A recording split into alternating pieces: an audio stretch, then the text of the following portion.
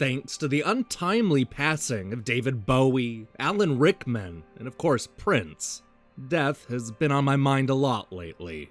It seems like a day can't go by without another brutal reminder that life is fleeting and that we should make the most out of every day.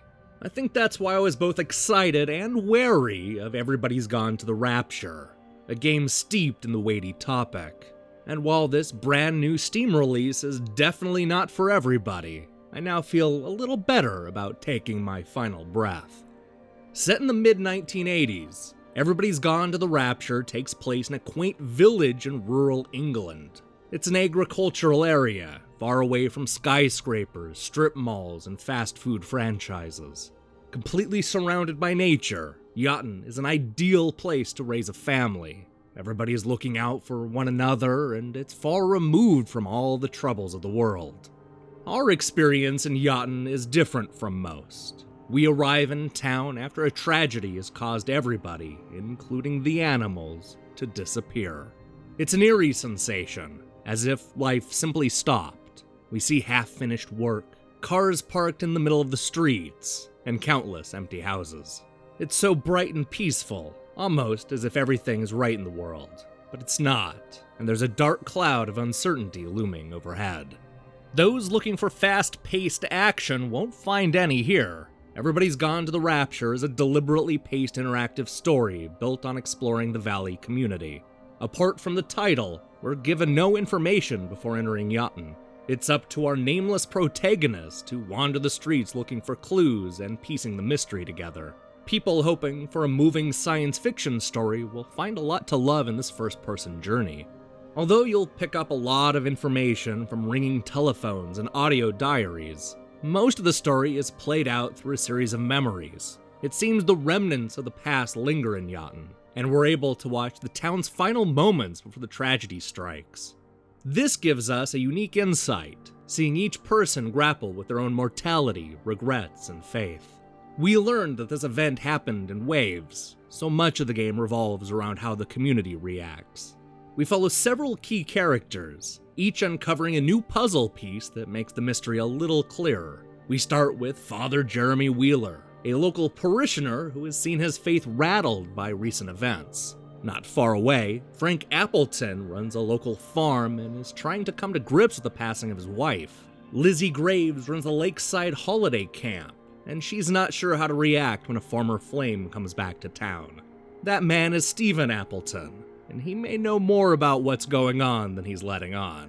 Each of the 6 characters is represented by a ball of light that flies through the air and highlights the important points of interest. Along the path, you'll see bits and pieces of conversation, always represented by a series of lights engulfing what used to be the body with a ghostly aura.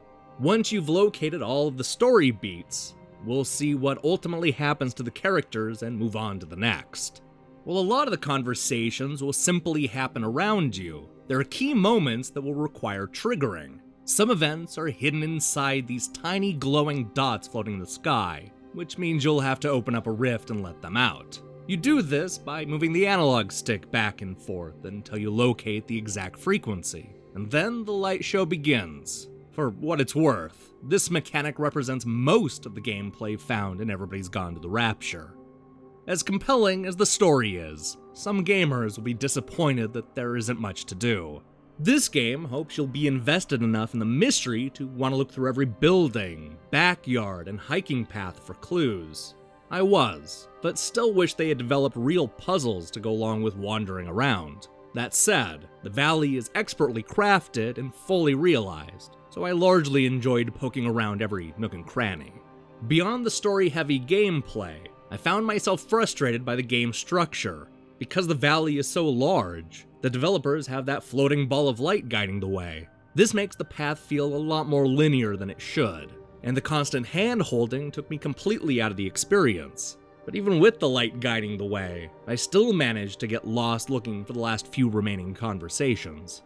This brings up another problem. While lost, I discovered that there's no manual save, so you're at the whim of the autosave functionality.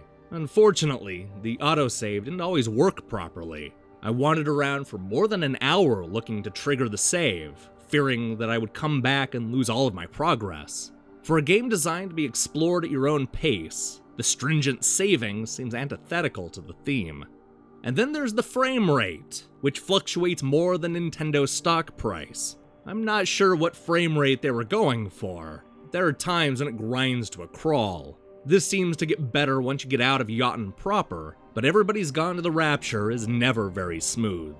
Although the world the developers have created is jaw-dropping, it seems to be at the expense of the performance.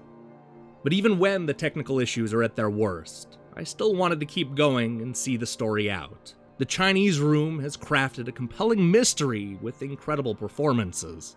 I love how it expects you to pay attention and piece everything together, and all I wanted to do was talk to others about what it all means. Even with a powerful ending that will likely stick with you for years to come, Everybody's Gone to the Rapture can't overcome the many structural and technical problems. Hey, thanks for watching our video. We have a bunch of reviews coming out this week, including Shantae and the Pirate's Curse on PlayStation 4, as well as Asken 2 on PS Vita. Both are done and ready to go up in the next couple of days, so be on the lookout for both. We're also gearing up to announce a brand new series, and our Electronic Gaming Monthly's Best and Worst series is just a few short weeks away. Lots of stuff to talk about soon, but I'm gonna leave you with the tease. So, do me a favor and click the subscribe button and support what we're doing here. Until then.